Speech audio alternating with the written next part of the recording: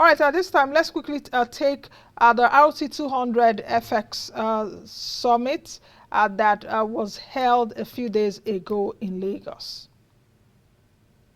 On the 9th of May 2023, the Central Bank of Nigeria and the Bankers Committee held its biannual RT200 summit on non-oil exports. Godwin Emefiele, the CBN governor, stated that the purpose of the summit was to re-evaluate performances and rebalance processes for the RT200 program. He further stated that the RT200 program has made tremendous progress in export repatriation. Distinguished ladies and gentlemen, this biennial non-oil export summit provides a platform to deliberate on how to accelerate the value and volume of Nigeria's non-oil exports and ensure that proceeds therefrom are utilized most optimally for the benefit of our economy. Countries all over the world are turning to export earnings and proceeds repatriation as a veritable means of bolstering foreign reserves, maintaining a robust balance of payments position, and a stable source of foreign exchange inflow.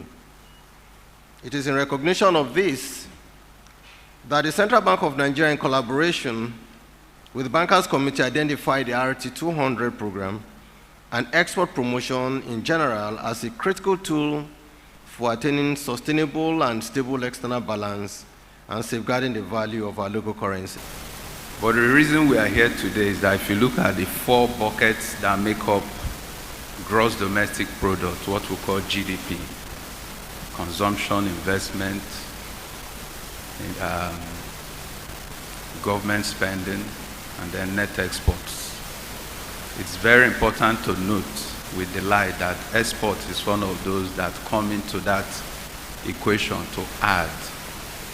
And that's why the governor has been paying significant attention to this aspect of the economy. You may notice that imports actually enter that equation to subtract.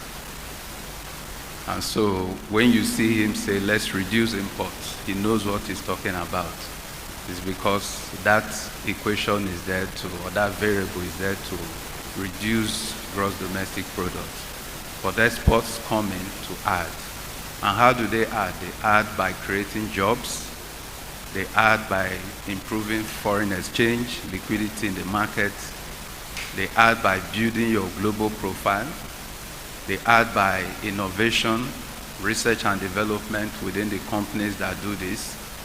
And they add by ensuring that you keep your eyes focused on the goal of sustainable economic growth. Also, the Commissioner of Economic Planning and Budget, Mr. Samuel Egube, in his welcome address stated that the initiative has encouraged and is enhancing non-oil export earnings in Nigeria, as well as repatriation of foreign exchange in the Nigerian economy.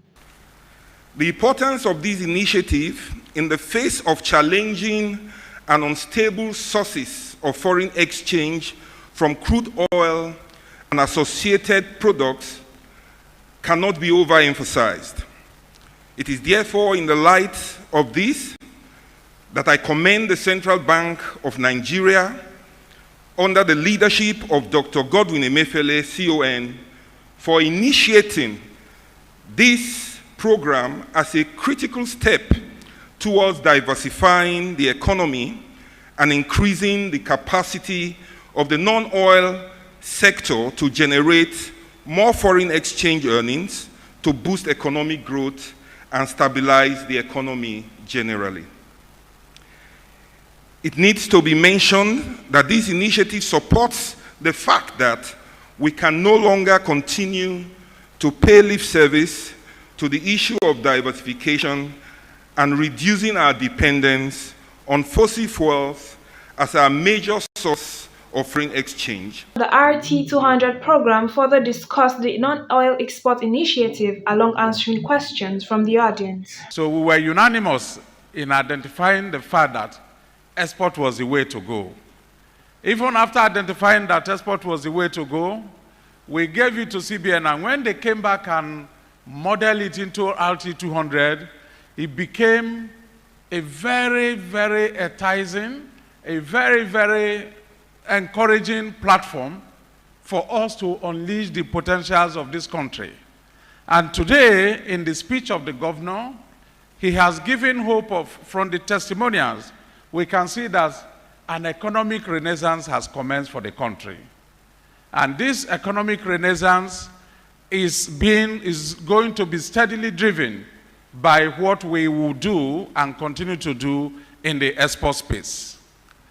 I must also thank the Deputy Governor Economic Policy for the guidance in putting this together at the onset. And today, when he spoke about the components of GDP, I remember my little mathematics and said, if we are to put it in a quadratic function, export becomes the integral function, because the integral function is the one that completes every other variable. So from what we can see now, export is that integral function that will complete us in driving a sustainable economic development. I need not waste too much time to talk about the gains or where we are, but I would like to show a few slides that speak to what we have achieved with respect to RT200 and looking at how we can increase the tempo, because we have just started.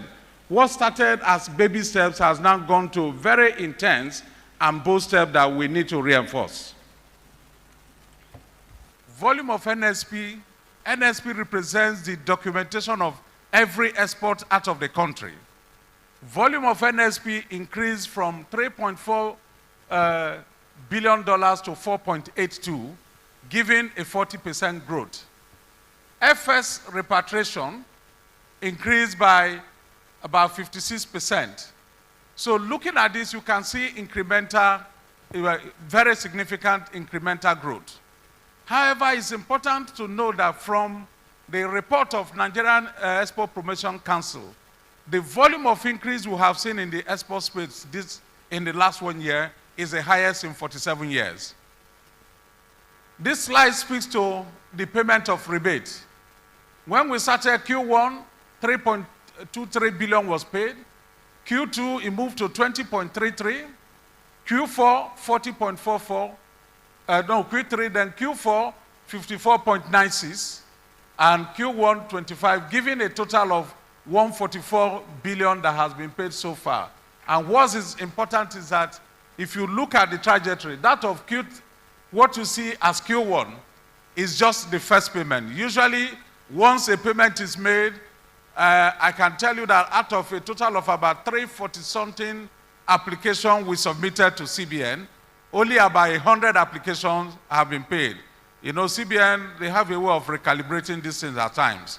So it is not to say that there is a decline, but it's just to say that there seems to be some moderation in terms of how the rebate is being applied.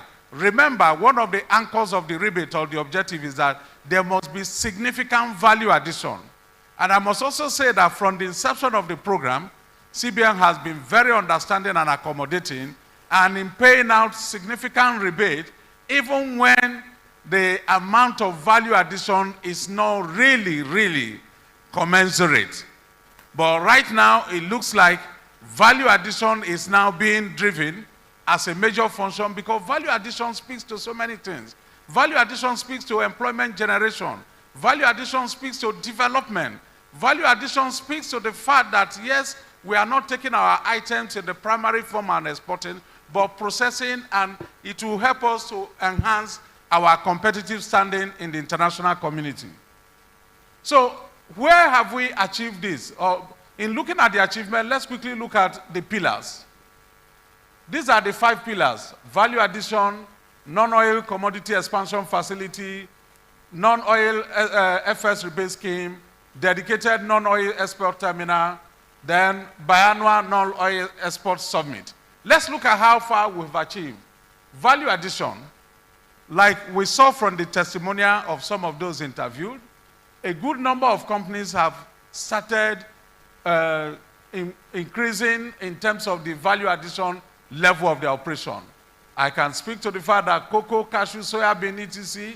are one of the top items where we are seeing very reasonable value addition. Then there's also been significant increase in the export of aluminum, lead, and copper ingots, metal, and all that. But the remarks I have here is that we need to look at the infrastructural requirement for value addition. Value addition talks about processing. It's operational. So you don't just wake up and say you want to do value addition. You need to make some investment into it. Then the capacity and experience to sustain this objective is also something we need to look at. So maybe when we start looking at areas of the advocacy, we may look at how to remodel the advocacy to create awareness and see how we create partnership with institutions and organizations that have experiences outside the country that we can attract to come in here. Next slide. Pillar 2, non-oil expansion credit facility. There have been a number of credit facilities that CBN has put in place. I enumerated them there. But what we see there that there have not been significant increase in funding for primary production. Not so much is going into value addition. So this is one area where we have to look into. So ladies and gentlemen, I'm sure with the panel I have here very experienced and well-exposed individuals, we'll be able to look at some of the prospects and opportunities for us to see that going forward we'll build momentum. Let me begin with Mr. Safara, who is also doing very well in terms of export. Now, Mr. Safara, what are your thoughts on what is required to have relevant stakeholder engagement for the creation of dedicated non-oil export terminal? What should we do to really trigger that immediately? I think good morning everyone, and thank you very much. It's an honor to be amongst all of you. Of course, the export terminal and the blockages at the port have been a source of consistent problem. As a company ourselves, we diversified our export terminal or the output from Lagos to Port Harcourt. So now we are working with 2 ports, but that of course becomes very expensive. We have to find the right logistics means.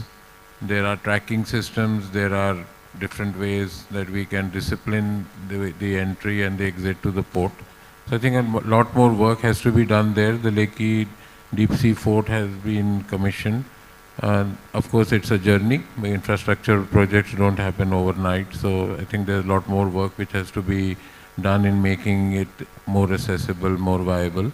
The dry ports which you had mentioned, there we have to get more of those. The railway network, of course, the government has been working on. There were attempts to do that, to bring containers to the port when it was really congested. There were other options for using barges. So I think from that point of view, the private sector, the public sector has made many attempts to ensure that the throughput increases. So I guess it will still be work in progress, and we have to make more efforts to get it done. Thank you. Okay, thank you very much. So it's more of a collaboration between the public and the private sector. Okay. Now, my next question goes to the representative of the MD of First Bank, where lending for primary production has been suboptimal. Do you believe that credit risk sharing between the DFIs, CBN and Deposit Money Bank will improve this in this area of export value chain?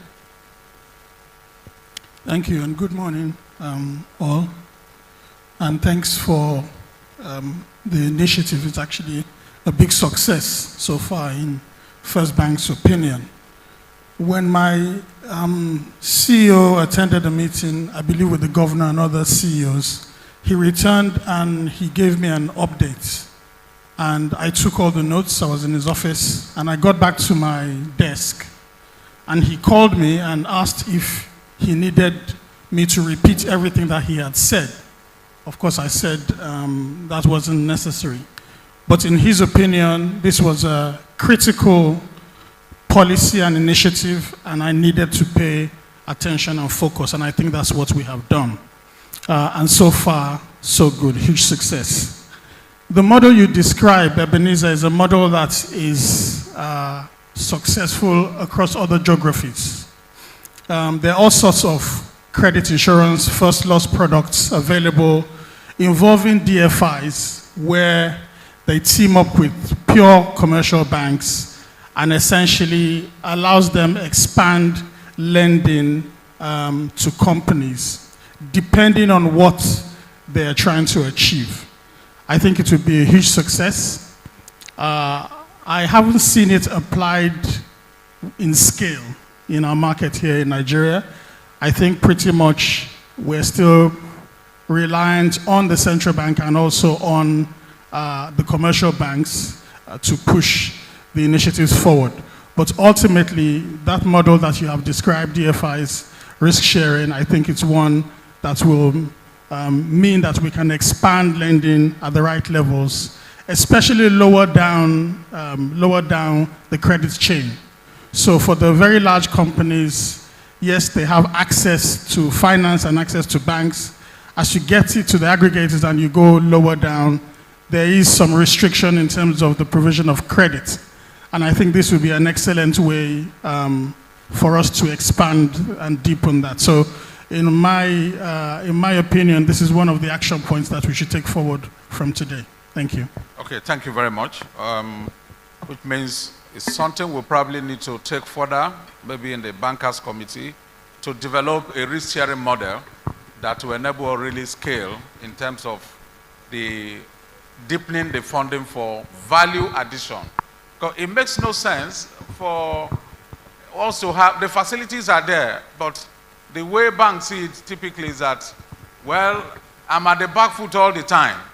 So if anything goes wrong, I take 100% of the risk. But since this is a collective national agenda, let's find a way of distributing and sharing risk so that way we engender the commitment of those who are going to take the money, and again, the role and responsibility for monitoring becomes that of all the stakeholders. Neka, let's also look at funding. What has been your experience in lending to participants in the non-oil sector? Okay, thank you very much. I'm very glad to be here. Our experience has been quite good, I would say, even though this is a very risky sector to lend to. But I think as a bank, Fidelity, we're very deliberate about our approach. We first started with trying to build the capacity of our exporters. I'm sure you're aware we've run the export management program for over 6 years now, and it has thrown out about 60 graduates, and most of them are very experienced now. And we're happy to announce that we have many big exporters that we trained. And with that expertise, we also built structured facilities that made sure that it de-risked the sector. So what our experience here is very good, and so far we don't have MPLs on it. And we went further to ensure that we tried also to help with the other side of it, which is market access. Like you well know, we held our FITCC last year, and the essence of that was that we had seen that our exporters, some of them needed help to be helped with the importers on the other side. And we also had quality issues. People export things to the UK, and then they get sent back to them, and they lose money. So we made sure that we held the FITC, and the essence was to get the regulators and the quality control people from the UK government to come to our expo and explain to our exporters. We went with about 100 exporters, and it was a memorable experience. So we intend to continue to do that to various parts of the world to help, because if the market access is not there, then there's nobody to sell to. So we are trying to play on all the sides of the export initiative, and we're making a success out of it. Thank you. Thank you very much, Neka. I think it's very encouraging to hear that you have 0 MPL. So we would like to know what you are doing there. So I'm sure I can see the DG looking at us, and don't be surprised when we leave here. We'll be asked to have a target in terms of support for non-oil exports. So, but it's good to know that there's no MPL. Our experience is also not different from her. That's because, again, the process of screening. And we also have what we call the Zero to Hero program, where if you've never done export before, we take you through the tutelage of explaining to you the dynamics of export and getting you to understand what it takes to take a loan, and helping you to have market access for your products. Now I'll come to Alaji. I'm going to ask you a familiar question. Because I know that not all your rebates have been paid recently. You're out of what you submitted. That I'm aware. So the complaints about not receiving rebate for qualifying export commodities. What is your advice to CBN to improve this? Thank you very much, sir. My sincere appeal goes to His Excellency, the CBN Governor. The first time when we came for this RT200 billion, it did something very fantastic, sir. You appealed, you called some people, brothers and friends, especially the custom and the MPA. Today I can tell you for that that appeal, I think you need to do more of it. Today, the collaboration between the two of them has made the export business very easy for us. The export dedicated terminals and all those things were very good. But on the policies, especially this rebate issue, the rebate is a very good, well-intended policy. But excluding the primary product exporters, it's going to make more indigenous Nigerians as slaves in the hands of the foreigners. Because those are the people that are not been opportune, one, to get the anchor borers fund to increase production, which will have helped, especially in cocoa, cashew, and sesame seed. That will have spring up the industrial revolution we are looking at. If we look at the system of the Nigerian Export Promotion Council, the EEG, Export Expansion Grant, where there is a threshold for everybody. If you're a primary product exporter, you have what you take. If you're a finished or semi-processed, you have what to take. I think that will help. Because as it is now, the gap is going to become wider between the people that are doing primary product and the semi-processed and finished, processed products. I'm saying this because it's going to create a very big gap at the end of the day. My appeal is if we can look at that program again, it will help and it will reduce the gap between the finished product people and the processors and the primary product exporters, so that they can also grow into processing. This is the part I've taken before. Today, we are the largest processor of cocoa in Nigeria, because we started from the primary product export to this level, and progressively we've grown to this level. I think if we give more Nigerians this opportunity, they will also get there in no time. Thank you, sir. Thank you, Alaji. You notice the governor was taking notes, so I'm sure that this will be looked into. Alaji is talking about the fact that we can calibrate it, that we don't leave those who are exporting the primary items. I hope I got you right. They should be accommodated, even if whatever it is. My worry people, they say, at all, now I bypass. Okay, quickly, BOI. Let's hear from you. What's BOI doing to promote funding for value chain operations? Well, BOI, from the one, we're a mandated institution. The purpose of BOI is to support the industrial sector of the economy. And that we do by providing funding across the chains, especially in value-adding areas, agro-processing, solid mineral processing, manufacturing, light manufacturing, etc. So from the one, that have been a mandate. So BOI actually, before the RT200, what the RT200 is trying to push is to support people into manufacturing for export. But what we're doing is to support manufacturing in the local industry. And of course, directly or indirectly, when you support manufacturing locally, what you are doing indirectly is that you're actually addressing importation. And of course, if you support local production, you are developing skills internally and developing entrepreneurship internally. And that's what we've done in the last 63 years. And that's what we're going to do. In the last 5 years, We've disbursed more than 1.5 trillion naira across industry, working with partners like commercial banks, like the CBN, and all other partners to ensure we can provide funding to the industrial sector at sub-commercial market rates.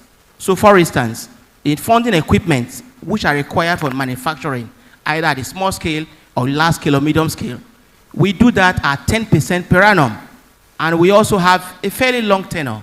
We can give you money for up to 5 years or 6 years, and we do not just support you by providing funding. We work with you to develop capacity, and if there are challenges along the way, we come back and discuss some restructuring to ensure that the business actually survives. And that is what the bank has done in the last 3 years. So we continue to do that. Some people we've supported are actually exporting. Majority are doing that informally. So with RT200, what we're not doing is how to educate those people who export informally to make it formal, because of the benefits associated with RT200. And we're also trying to see how we can also provide funding for those directly involved in export businesses. But generally as a mandate, we focus on value addition, and it aligns with RT200 objective. Thank you. Yeah, thank you very much. It's good to know what you've been doing in 63 years, but we also commend you for what you've done, but we need to be more intentional. So I want to suggest that it's not something you do alone. We need to look at how you can have a meeting with banks and selected exporters. Let's speak specifically to their needs. I will imagine a situation where a certain percentage of your portfolio is dedicated to this, because it's all about the same agenda you are talking about, but we want to focus more on export. Let's be intentional so that when we hold this session, we should be able to come out and say, yes, in the course of the year, BOI gave this for value addition, and we can relate it to the amount of foreign exchange repatriation coming. So that it's not just about the rebate driving the repatriation. Thank you. Thank you. Okay, my next question is to Nigerian Export Promotion Council representative. We'd like to know what NEPC is doing in joining the advocacy.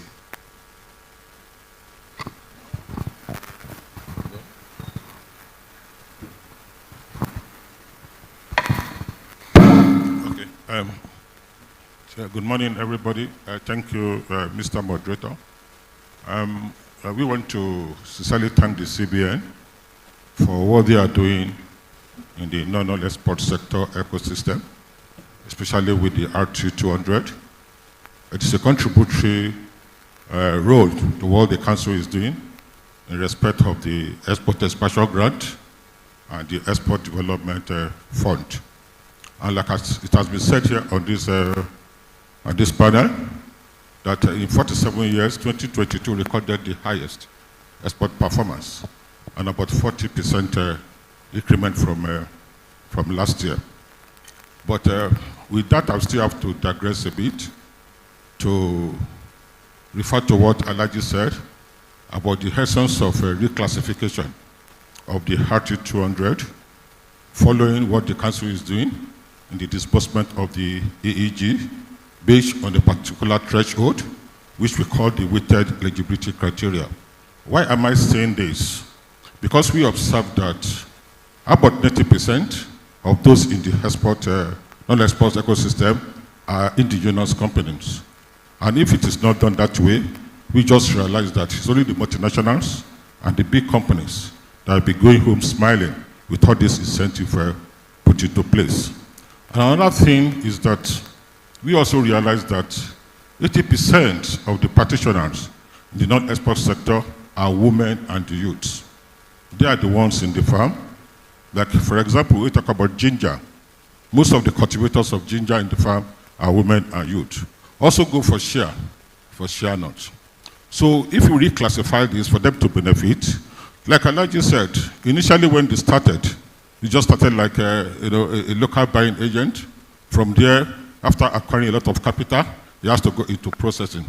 So if we encourage the SME exporter in this way, we realize that they'll be able to also add value, into whatever they do.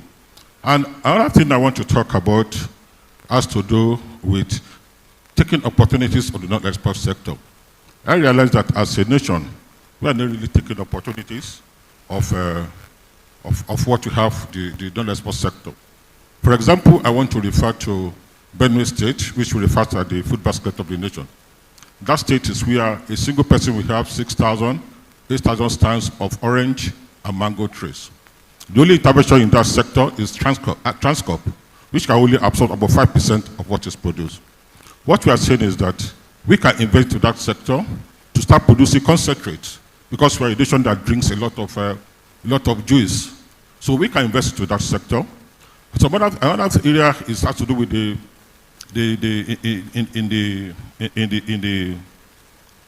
ginger subsector too. Nigeria ginger is the best in the world in terms of the aroma, the potency, and the oil content. But the only thing we do is split ginger, which value is not compared to when we do fresh ginger. Now, in the production zone, which is the Kaduna State, there is no washing center or refrigerated facility for us to do fresh ginger. So if you look at investment into all these sectors, we are going to get value for our export. Now, as a council, we've taken it upon ourselves to ensure that in a keep it to our mandates as an agency, we put in a lot of programs. When His Excellency, the governor, was talking about the terminals, what we've been able to do in the country is what we've been able to license what we call the domestic export warehousing scheme, based on the gridlock at the ports. We observe it's very difficult in most cases. We see containers spending days. So what we've been able to do is to license some operators to have domestic export warehouse. And in that center, what we do is that we have aggregators that buy off from farmers. And with that, farmers are sure of a market for their products. They buy off from farmers and process for export. And the center is going to be a bonded warehouse. Once goods are there, we have all agencies there, custom will be there, quarantine will be there, FFIS will be there. So all that has to be done in respect of certifying export products for quality will be done there. And once goods are loaded there, it is good as not be checked until it gets to the ship. Thank you. Okay, thank you very much. Your interventions are noted, but it's also important for us to challenge the council to see that in every state of the country, if we can create something like a competitive arrangement between them, where we can see not less than 4 exportable items per state. And we can have bigger ceremonies where we recognize outstanding states. So I think NEPC should be forefront in terms of the advocacy. Thank you very much. We have about 11 minutes, so I think we now throw the questions open to the audience. Yes, there's somebody there.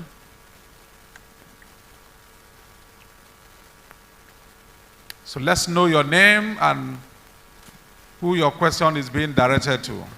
My name is Taiwo Ayuade, Deputy Managing Director of Plantation Industries, processor in Akure, processor of cocoa beans into cocoa butter, cocoa liquor, cocoa powder, and cocoa cake. My question is, we want to ask the CBN to see the need or to convince us that we need to have the need to redesign this RT200. Number one, we need to have the list of products to be qualified as value addition. The present case we have, if I must give you feedback, sir, is a case where some of us are running away from the bank like Fidelity, FCMB, that they are not ready to, wait, sir, that they are not ready to do rebate for products that are not value addition. While some other banks are saying, come, we can do rebate for products that are value addition. Number two, more transparency in the implementation of the rebate payment. As banks transparency, what do you mean transparency? Yes, name and shame. Yes, that's exactly what I'm about to say. Yes. Banks give bank creditors what they feel like. We don't know what exactly they receive from CBN. When we submit claim for 200 million, we may see 100 million or 150 million. They will say some NSP are not being paid by CBN. No further explanation that CBN has not paid some further NSP. This is what I mean by transparency. We will begin to advertise publicly Thank you, the sir. amount and the names of the companies that benefited for. Thank you, sir. Thank you, sir. That's great, sir. Thank you, sir. Lastly, sir, CBN to constitute interministerial committee to ascertain the existence and operation of the company involved. If you say you add value, there must be machine. So we will advertise for, we will not advertise for last year. For those who benefited for January to March, we will advertise it by next week, so Nigerians will see. Thank you, sir. Thank you, sir. Thank you. Yes, thank you, sir. My name is Ademola Oyutuji. I'm the president of Goldmine Multipurpose Cooperative. My question is, we need cottage industry for processing.